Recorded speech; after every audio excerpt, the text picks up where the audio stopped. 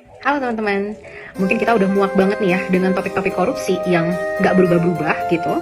Tapi ingat, apa yang sebenarnya kita bisa kontrol dalam hidup itu adalah diri kita sendiri dan mungkin kita bisa pengaruhi keluarga kita gitu. Dan budaya korupsi ini nggak cuma terjadi di atas, di karyawan-karyawan kita, tapi juga dibentuk dari rumah.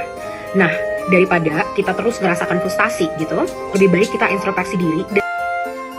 Di video kali ini, Salsa Erwina mengajak kita mengkoreksi diri dengan sebaik-baiknya agar kita bisa beradaptasi di lingkungan dan keluarga dekat kita. Karena korupsi itu bukan dari atas saja, malah datangnya dari diri kita sendiri serta lingkungan terdekat kita. Agar tidak membuang waktu, ayo kita lanjut videonya teman-teman. Halo teman-teman, mungkin kita udah muak banget nih ya dengan topik-topik korupsi yang nggak berubah-berubah gitu. Tapi ingat, apa yang sebenarnya kita bisa kontrol dalam hidup itu adalah diri kita sendiri dan mungkin kita bisa pengaruhi keluarga kita gitu. Dan budaya korupsi ini nggak cuma terjadi di atas, di karyawan-karyawan kita, tapi juga dibentuk dari rumah.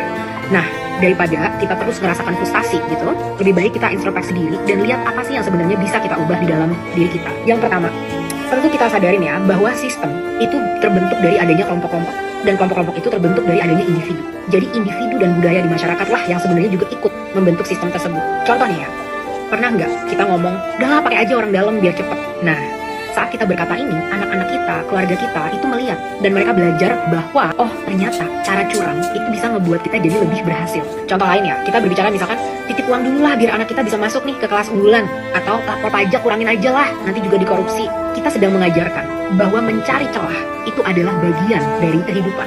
Yang sedang kita ajarkan di sini adalah yang penting itu hasil, kan cara untuk mencapai hasil tersebut. Akhirnya, saat anak-anak kita tumbuh, mereka mulai belajar untuk memanipulasi angka, menghindari tanggung jawab. Terus kita kaget saat nanti mereka ternyata mencuri saat di kantor, atau menipu tender-tender proyek, atau menekan orang-orang yang lebih lemah demi posisi mereka.